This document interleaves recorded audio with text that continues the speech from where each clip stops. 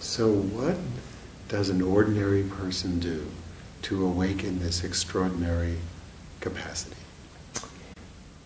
Be still. That's the advice of the Psalms.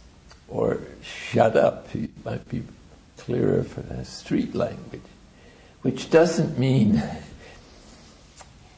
to try too hard, but to open and consent and surrender. And as I understand most of the contemplative, meditative traditions in the world religions, there are many ways of doing so, but they all are pretty well going in the direction of cultivating interior silence, humility, and the acceptance of our nothingness.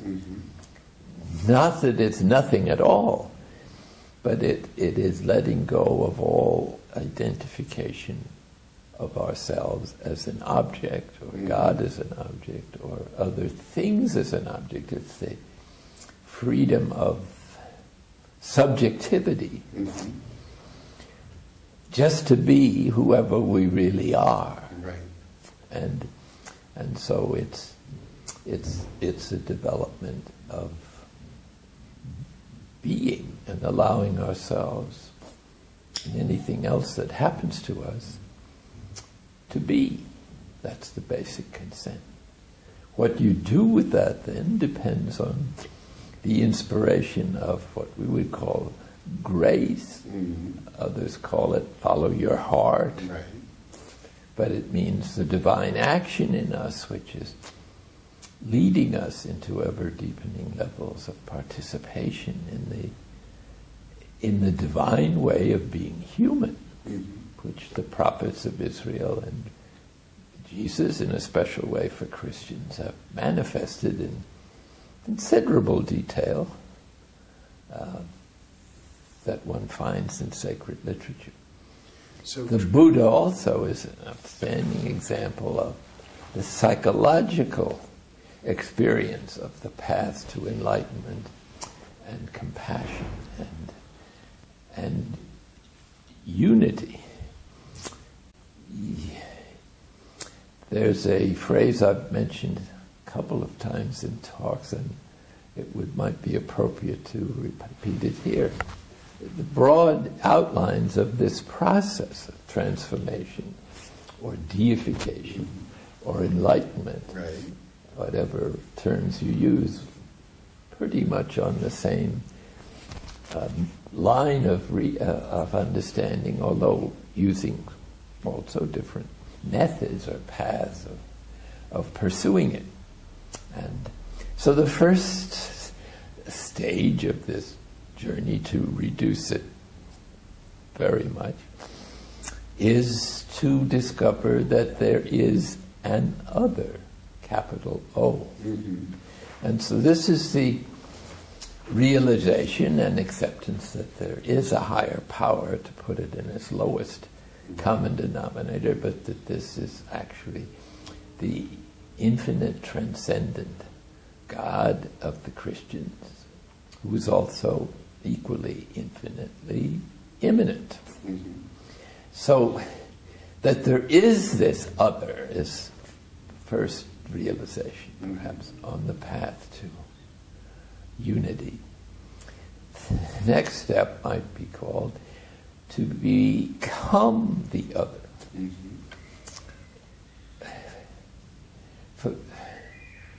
For God to know the other is to be the other.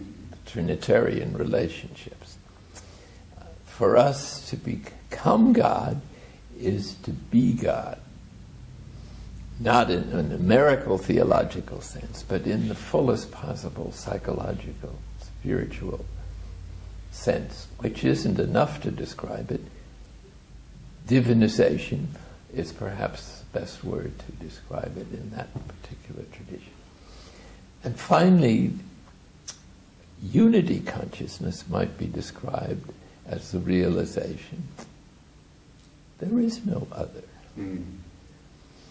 That is to say, there is only this God manifesting in everything and in us as God experiencing our particular uniqueness, and thus learning what it's like to be our human nature, and to express there insofar as we consent and allow this to happen. And that may involve some cooperation and collaboration. But we don't bring this about by our own power. But we work at it somewhat the way that you treat the symptoms of an illness. You don't cure yourself, but you can take the medicine and you can submit to the psychotherapy that's involved, or the divine therapy. That is the term I've suggested for the searching, healing, in other terminology, redemptive or salvific work of God, in which He is introducing us to the ultimate reality that there isn't anything else at the deepest level of realization, which does not annihilate the consciousness or the uniqueness of creatures, but, as simply put in St. Paul's teaching, God is all in all. Or when you use Christ as a synonym for God, as he does, Christ is everything in every one. What's interesting about that formula, which I actually heard from someone else originally, but it struck me very much, is that the first two others are capital. But since if you're saying this, you don't know whether they're capitals or small o's. And so the final one is the ultimate question that you could think of for the rest of your life. Is it a small o or a big O? There is no other. Or is it that there is no other small o? Meaning that God is everything. Right. Us and all things and all events. Or as the Buddhists put it, if I understand them correctly, nirvana is samsara.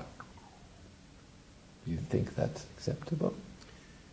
I've heard some Tibetan students of Trungpa Rinpoche say that, but that's why I venture to say it.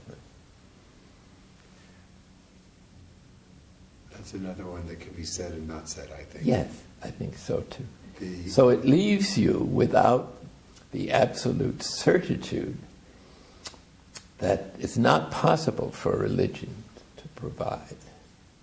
It's always a leap of faith into the unknown. It's through trust, confidence in what is. It's a leap of faith, but it's but it has to be an experience. Yes. Faith is really, goes through these processes of growth. There's faith in the other, faith in becoming the other, and the ultimate faith is beyond faith, to be the other. Right. Or vice versa, to let the other be you.